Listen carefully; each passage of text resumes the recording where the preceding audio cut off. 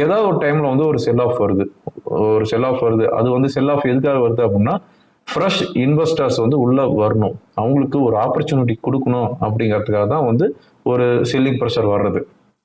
ஒவ்வொரு டைமும் வந்து செல்லிங் பிரஷர் வரும்போது எல்லாமே வந்து நாம என்ன திங்க் பண்றோம், இப்ப நிஃப்டி வந்து 22,500 இருக்குன்னு வச்சுக்கோங்க.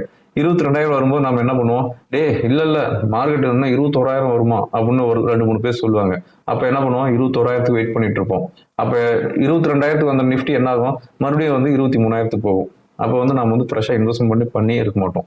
ஸோ மார்க்கெட் வந்து ஒவ்வொரு டைமும் இறங்கும் போது நமக்கு ஒரு ஆப்பர்ச்சுனிட்டி கொடுக்குது உள்ள என்ட்ரு ஆகிறதுக்கு. ஓகேங்களா?